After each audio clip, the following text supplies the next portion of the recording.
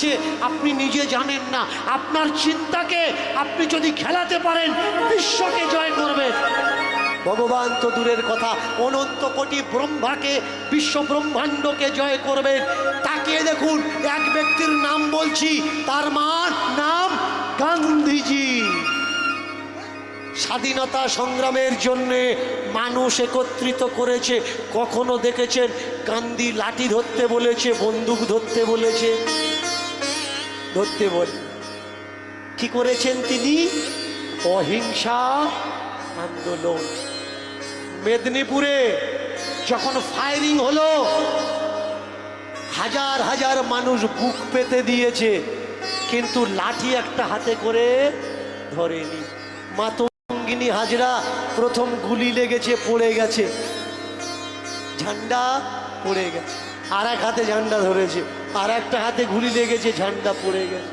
কষ্ট করে ঝান্ডা তুলেছে, তৃতীয় গুলিতে মাতঙ্গিনী মাটিতে লুটিয়ে পড়েছে। মানুষের মুখের কথার এত ক্ষমতা, এটা মানুষ জানে না। আর এই কথার শক্তি চিন্তার সঙ্গে অ্যাডজাস্ট করে দেয় কে? তিনি হচ্ছেন গুরু। যারা ধান্দাবাজ গুরু, তারা ভগবান, বাইরের ভগবানকে দেখায়। এই দেখো, ভগবান মথুরাতে আছে, ভগবান প্রয়াগে আছে, ভগবান বৃন্দাবনে আছে, ভগবান গয়াতে আছে, ভগবান কাশীতে আছে। না ভাই, তীর্থে ভগবান নেই। তীর্থে শুধুমাত্র ব্যবসা আছে। চলে যাবেন, কিছু কন্ট্রাক্টর ঠিকাদার ভগবানের পাদকারে বসে আছে, প্রণাম করো, 501 টাকা দাও।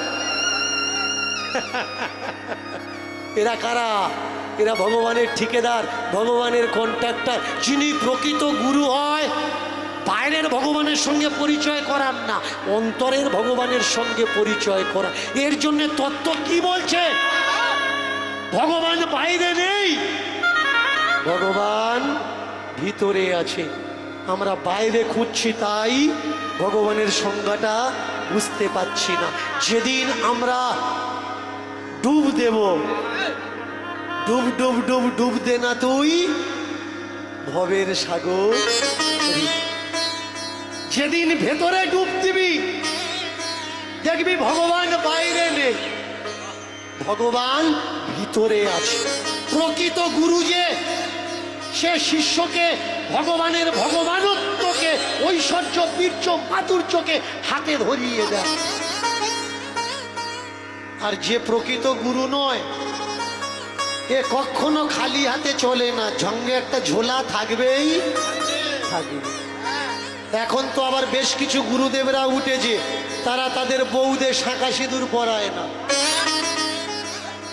শাঁখা সিঁদুর পরাচ্ছে না। তুলসীর মালা পরো, হাতে শাঁখা খুলে দাও, তুলসীর মালা পরো, গলায় খুলে দাও তুলসীর, এখানে এখানে এখানে এখানে গলায় তুলসীর মালা। এটা কবে থেকে হয়েছে? নেড়া নেড়ি যে সম্প্রদায়, এই যে আপনাদের পাশে আছে এড়ের পাড়, এটা নতুন সম্প্রদায়। মহাপ্রভু হাঁটতে হাঁটতে এসেছিলেন, এরা শাঁখা সিঁদুর পরে না। কেন পরে না? যখন সতীদাহ প্রথার নিয়ম ছিল, বিধবাগুলো যে পালিয়ে যেত, একটা সম্প্রদায় আমাদের দেশে তৈরি হয়েছিল রামী চণ্ডীদাসের অনুমোদনে। তারা নতুন করে বিবাহ করত, তবে শাঁখা সিঁদুর দিত না।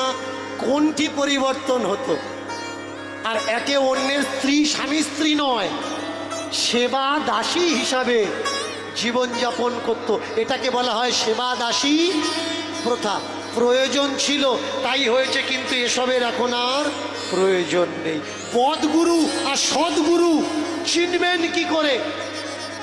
মায়েরা বলে দেবো, বলে দেবো, যদি অনুমতি দেন তাহলে বলি।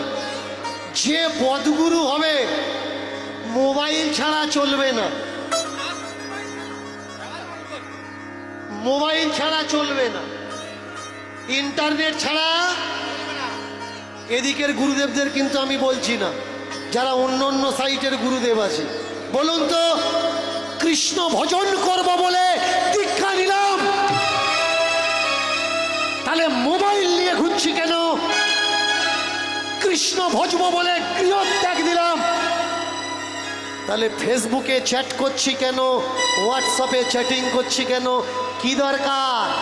ভগবান দরকার না ইন্টারনেট দরকার? লক্ষ্য করবেন, বয়স হয়ে গেছে। নদিয়া নবদ্বীপ থেকে, বৃন্দাবন থেকে 2021 সালে আমাকে অনেকে নিন্দা করেছে। বৃন্দাবনের এক বাবাজি ইন্টারনেট ইস্তেমাল করে আমাকে নিন্দা করছে, দীনকৃষ্ণ ঠাকুরের কীর্তন শোনো না। আমি উমুক ব্রহ্মচারী বলছি, দীনকৃষ্ণ ঠাকুরের কীর্তন শুনলে নরকে যাবে।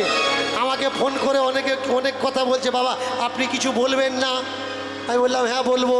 বললে বাবা উমুক গুরু মহারাজ আপনার নামে, ব্রহ্মচারী গুরু মহারাজ আপনার নামে বলেছে আপনার কীর্তন শোনা উচিত না, আপনি কি বলতে চাচ্ছেন? আমি বললাম শোন, লক্ষ্য করেছিস ওর বয়স কত? তা বললে বাবা 80-82 বছর হবে।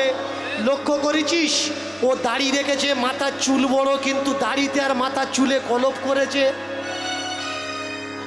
মাথার চুল আর দাড়িতে কলপ করেছে। বলো তো কলপ কারা করে? কলপ যাদের ইন্টারনেটের কানেকশন আছে।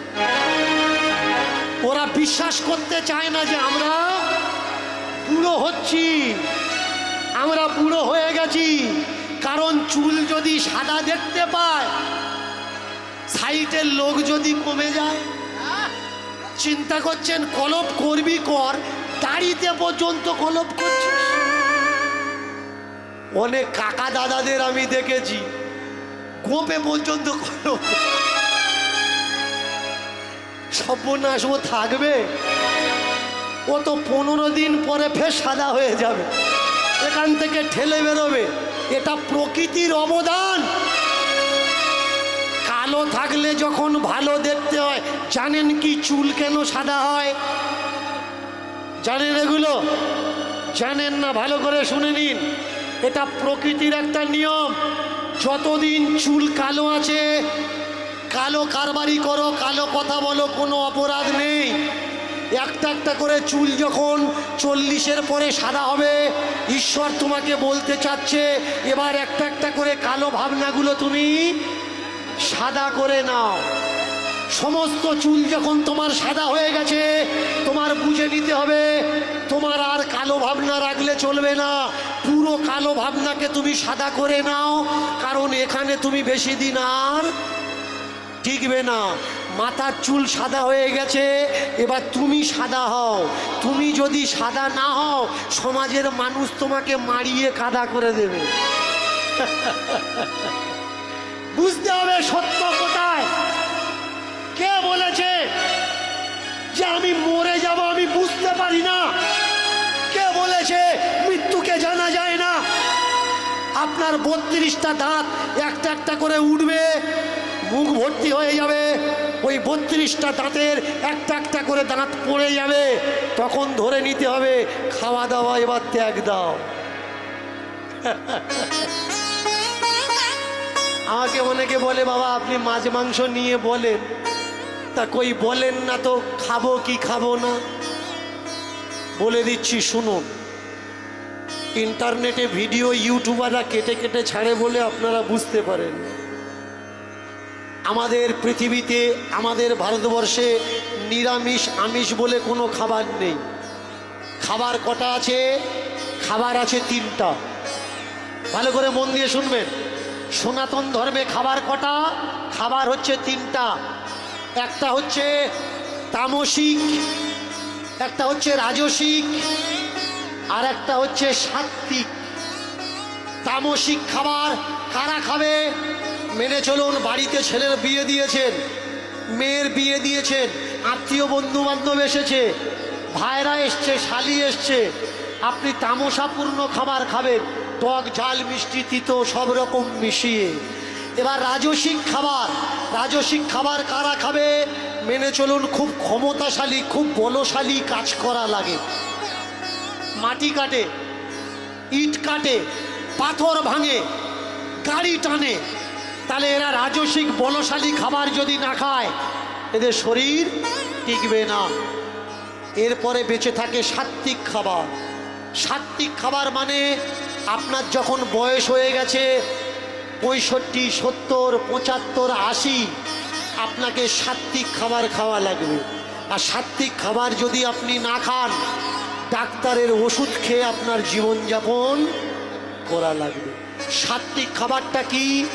সাত্বিক খাবার হলো দুধ, মাখন, ছানা, ঘি, শাক পাতা, যেটা আপনা থেকে কোনো প্রেশার লাগে না, হজম হয়ে যায়, তাকে বলা হয় সাত্বিক খাবার। অল্প বয়স, ভারী ভারী কাজ করছেন, হালকা খেলে বাঁচবেন না, শক্ত খেতে হবে, তামসিক খেতে হবে। কিন্তু যখন আপনার বয়স হয়ে যাবে, আপনি কাজকর্ম করতে পারছেন না, দাঁড়াতে পারছেন না, লাঠি নিয়ে ঠকঠক করে কাঁপছেন, তখন কিন্তু ভারী খাবার খেলে হবে না।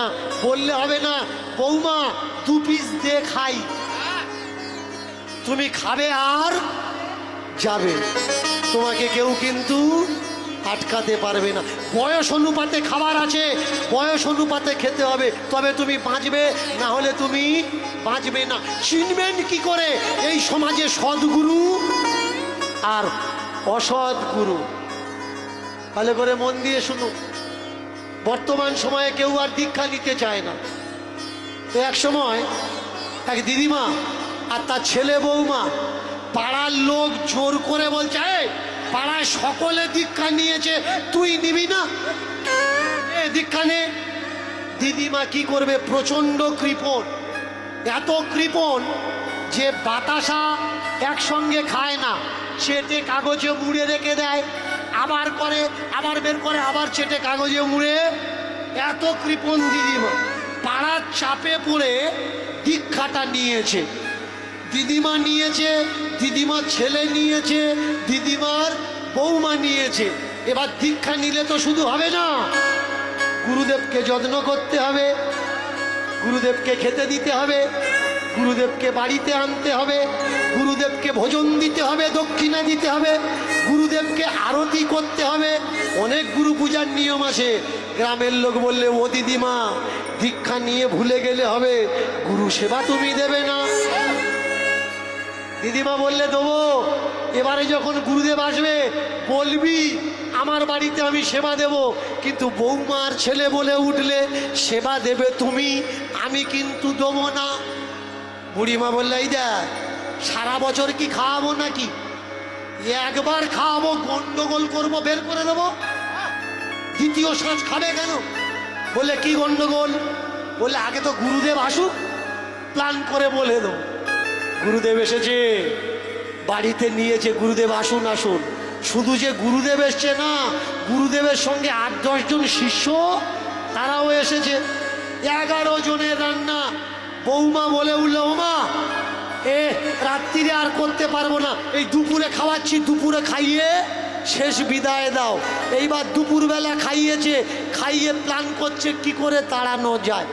বউ বলে উঠলে, বিকেলবেলা যখন আমবাগানে গিয়ে বসবে হাওয়া খাওয়ার জন্যে, আমি ডাক দেবো তোমার ঘরের ভিতরে, তুমি চলে আসবে, দরজাটা বন্ধ করে দেবে, একটা লাঠি নেবে, খাটে বিছানায় এদিক ওদিক মারবে, আমি চেল্লাবো, আমি বলবো আমি যতদিন বাঁচবো গুরুদেব আমার বাড়িতে থাকবে, আমি গুরুদেবের ছাড়বো না। আর তুমি বলবে একবেলা খাইয়েছি, দ্বিতীয়বার আর খাওয়াবো না। হয়ে গেল প্ল্যান। দুপুরে খেয়েছে, বিকেলবেলা গিয়ে আম বাগানে বসেছে। ওমা, সাথে বলে সত্যি, দিদিমা কাছে বসে গল্প করছে গুরুদেবের সঙ্গে, আর ওদিকে দরজা জানলা বন্ধ, দুমদাম করে আওয়াজ আসছে।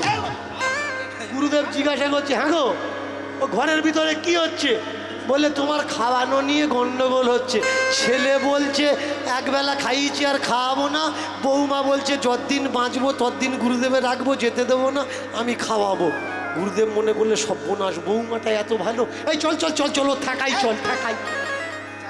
এসেছে ঘরের কাছে, এসে, এই বাবা, এই বাবা, এই বাবা, দরজা খোল, দরজা খোল, দরজা খোল, এই মারিস না, মারিস না, এই বাবা মারিস না, দাঁড়া দাঁড়া দাঁড়া, একবেলা খেয়েছি বাবা, ওবেলা তোর বাড়ি আর আমি আসছি বাবা, আমি আসছি, এই দে পোড়লাটা দে। পোড়লাটা নিয়ে চলে যাচ্ছে। এখন এদিক ওদিক বাড়ি মারতে মারতে একাধ ঘা বোর গায়ে পড়েছে। গুরুদেব চলে গেছে, ভালো করে দরজায় থেকে দেখে নিয়ে বউকে জড়িয়ে ধরে বলছে, হ্যাঁ গো এদিক ওদিক মারতে গিয়ে তোমার লেগেছে, আমি কি সত্যি সত্যি মেরেছি? আমি তো মিছে মিছে মেরেছি, তোমার লাগেনি তো? বললে না না লাগেনি। বললে তুমি চেল্লাচ্ছিলে। বউটা এবার বললে, এই দেখো আমি কি সত্যি সত্যি কেঁদেছি গো? তুমি মিছে মিছে মেরেছো, আমি মিছে মিছে কেঁদেছি। গুরুদেব কোথায় ছিল? ঘুরে এসে দরজার ধারে দাঁড়িয়ে। হ্যাঁ রে, তোরা কি ভেবেছিস আমি সত্যি সত্যি গেছি? আমি তো মিছে মিছে গেছি। এই জগতে যেমন ভালো গুরু আছে, তেমনি অসৎ গুরুও আছে।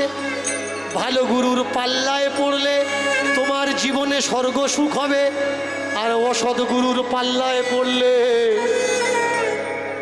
তোমার রাজত্ব থেকে রাজত্ব, ব্যাংকের টাকা ব্যালেন্স ধুয়ে নিয়ে সব চলে যাবে। মায়েরা দীক্ষা নিয়েছেন তো? হাত তুলুন। দীক্ষা নিয়েছেন তো? হ্যাঁ, দীক্ষা নেবেন। দীক্ষা না নিলে বুঝবেন কি করে লাভ হচ্ছে না লস হচ্ছে। দীক্ষা মানে কি? দীক্ষা মানে হচ্ছে কানে কানে ফিস ফিস, মাঝে মাঝে আসবো, যা পারবি তাই দিস। গুরুকে কে? গুরু, গুরু মানে পিতা, গুরু মানে মাতা, গুরু মানে ভাই, গুরু মানে বন্ধু। বলুন তো মা, গুরুকে? গুরু মানে বাবা। গুরু যদি বাবা হয়, বলুন তো আপনার ছেলে যদি বাইরে পড়াশুনো করে, বাইরে থাকে, আর তার সঙ্গে আপনি দেখাশুনো করতে যান, দেখতে যান, বলতে পারবেন আপনি খালি হাতে যাবেন নাকি আপনার ছেলে যেটা খেতে ভালোবাসে সেটা হাতে করে নিয়ে যাবেন? খালি হাতে যাবেন কি?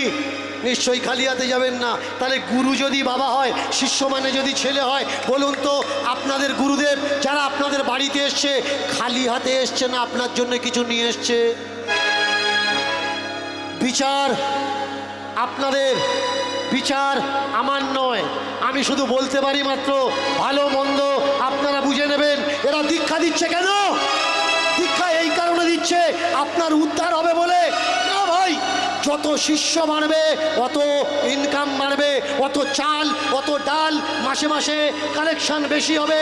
আপনাকে দীক্ষা দেওয়ার নাম করে, আপনাকে স্বর্গে পাঠানোর নাম করে, আপনাকে বৈতরণী পার করে দেওয়ার নাম করে আপনার ব্যাংক ব্যালেন্স খালি হয়ে যাচ্ছে, আপনি বুঝতে পারছেন না। বলুন তো বাবা, গুরুদেব যদি বাবা হবে, গুরুদেব আপনার বাড়িতে এসেছেন, আপনি রান্না বান্না করে দিয়েছেন 12 রকম 14 রকম, গুরুদেব যা যা খেতে ভালোবাসে থালায় গুছিয়ে দিয়েছেন। গুরুদেব কি করলো? গুরুদেব নিজে খেয়ে আপনার জন্যে এঁটো কাটাগুলো রেখে গেল, আর আপনি মনে করলেন ভাই ওটা প্রসাদ। না ভাই, ওটা কোনো প্রসাদ না, ও ঢোকেনি বলে ধুয়ে গেছে। ও যদি ঢুকতো রাখতো না। ওদের এঁটে খেয়ে আমার মতো কিছু মূর্খ তারা মনে করছে মরার পরে স্বর্গে যাবে। না ভাই, এঁটো খেলে স্বর্গে যাবে কিনা জানি না, তবে শ্মশানে যাওয়ার তৈরি তাড়াতাড়ি তুমি করবে। কার ভিতরে কোন রোগ আছে, কোন ভাইরাস আছে কেউ জানে না। বলুন তো আপনার ঘরের মেয়েটা বা আপনার ঘরের ছেলেটা যদি জীবনের প্রথম রান্না করে যদি আপনাকে খেতে দেয়, আপনি ওকে দিয়ে খাবেন নাকি ওকে ফেলে খাবেন? আপনি কি বলবেন? বাবা আয়, কোলে আয়, তুই যা রান্না করেছিস আগে তোকে খেতে দিই। এই তো বাবা। কিন্তু এরা কোন বাবা? আপনি রান্না করে দিলেন, আপনাকে না খেতে দিয়ে ওরা খেয়ে নিচ্ছে। সত্যি কি এরা বাবা? এরা যদি বাবা হতো, আপনার না খাইয়ে কি এরা খেতে পারত? পারত না। আগে বুঝে নেওয়া লাগবে কে গুরু। আপনি গুরুদেব বাড়িতে এসেছে, পা ধুইয়ে দিয়ে পায়ের জল খাচ্ছেন কেন? গুরুদেবের চরণ ধোয়ানো জল, এটা খেলে বৈকুণ্ঠ ভব নদী পার হয়ে যাবেন। আমি বলছি গুরুদেব বাড়িতে আসবে 1 গ্লাস নয়, 2 গ্লাস জল নেবেন, পা ধুইয়ে দেবেন, ওই 2 গ্লাস জল 1 গ্লাস আপনি খাবেন, 1 গ্লাস গুরুদেবের দেবেন। যে আমি তো উদ্ধার হব, তুমি উদ্ধার হবে কিনা আমি জানি না, আমার সামনে বসে তুমি খাও, তাহলে আমরা 2 বাপ্য বসে উদ্ধার হয়ে দেখবে ও গুরুদেব দ্বিতীয়বার তোমার বাড়িতে আসবে না। এই কথাগুলো শোনার পর যদি মনে করেন দীনকৃষ্ণ ঠাকুর গুরু নিন্দা করছে, না, আমি গুরু নিন্দা করছি না, আমি সেই সব গুরুদের বোঝাতে চাচ্ছি যারা শিষ্যকে না খাইয়ে খায়, নিজেদের পা ধোয়ার জল শিষ্যের ছেলে বৌমাকে খাওয়ায়। সেই সব গুরুদেবকে আমরা বলতে চাচ্ছি যে এগুলো আমাদের ছেলে মেয়ে। হ্যাঁ, দীক্ষা দাও, শিষ্য বাড়ি এসো, কিন্তু আগে শিষ্যের মুখে তুলে দাও, তারপরে তুমি খাও। সে রান্না করেছে, তার পুরো পরিবারকে ডেকে নাও যে এসো বাবা, আমরা সবাই একসঙ্গে খাবো, এসো, আমরা কেউ ভিন্ন নয়, আমরা কেউ আলাদা নয়। কিন্তু আজকে রামদাস রণছোড় দাসকে বলছে, দ্বারকাধীশকে বলছে, তুমি যদি ভুলে যাও, তুমি যদি ভুলে যাও, তুমি